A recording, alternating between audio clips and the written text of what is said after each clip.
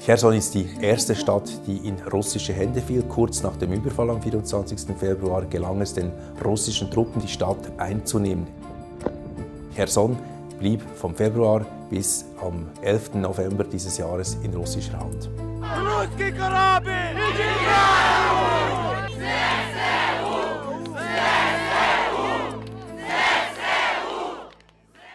Cherson hat kaum Industrie, es ist vor allem Landwirtschaftsgebiet, das die Stadt umgibt. Die Stadt ist vor allem wegen ihrer Brückenkopflage interessant. Die Stadt liegt am Unterlauf des Stroms Dnipro auf der westlichen Seite. Es führen dort zwei Brücken über den Strom, eine Autobrücke und eine Eisenbahnbrücke.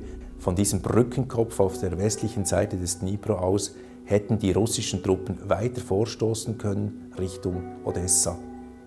Über diese Übergänge wurde die russische Armee versorgt. Mit der weitreichenden Artillerie der ukrainischen Armee wurden diese Übergänge beschossen, unpassierbar gemacht. Die russische Armee musste sich mit Pontonbrücken behelfen. Das sind Boote, die aneinander befestigt sind und ebenso Übergänge geschaffen haben. Und das waren sehr exponierte Übergänge, die eben auch dann weiter beschossen wurden. Die Versorgungslage war deshalb äußerst prekär. Der Rückzug fand überraschend geordnet statt. Das Gelände rund um den Dnipro ist sehr unangenehmes Gelände. Es ist Sumpfgelände, es hat wenig Übergänge. Die russische Armee hat bereits im Vorfeld davon gesprochen, die Zivilbevölkerung zu evakuieren. Das ist ein Euphemismus und heißt eigentlich Deportation. Die haben die Menschen gegen ihren Willen mehr oder weniger aus Cherson herausgeholt. Und es besteht der Verdacht, dass bei diesen sogenannten Evakuierungen diese Menschen als menschliche Schutzschilder gebraucht worden sind, um auf den gleichen Flossen eben auch Truppen rauszubringen. Der Rückzug der russischen Truppen über den Dnipro hat für die Ukraine auf 4 Ebenen hohe Bedeutung. Erstens auf der symbolischen Ebene. Cherson, die Gebietshauptstadt, ist zurück in ukrainischer Hand. Es kursierten sehr schnell Videos der Befreiungstruppen, wie sie einmarschiert sind, wie sie begrüßt worden sind von der Bevölkerung.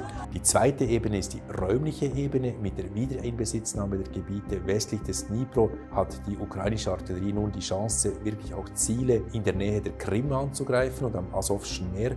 Dann gibt es aus ukrainischer Sicht auch eine dritte Dimension, die zeitliche Dimension. Der Rückzug der russischen Truppen über den Dnipro erfolgt vor dem Wintereinbruch.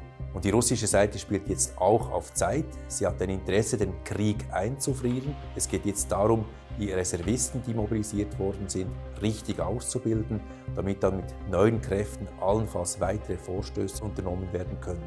Und schließlich die vierte Dimension ist die Dimension der Kraft. Mit dem Rückzug der russischen Truppen werden ukrainische Kräfte frei, die einerseits zur Verteidigung umkämpfter Gebiete eingesetzt werden kann, zum Beispiel im Raum Bachmut, oder eben dann auch für weitere Gegenoffensiven bereitstehen.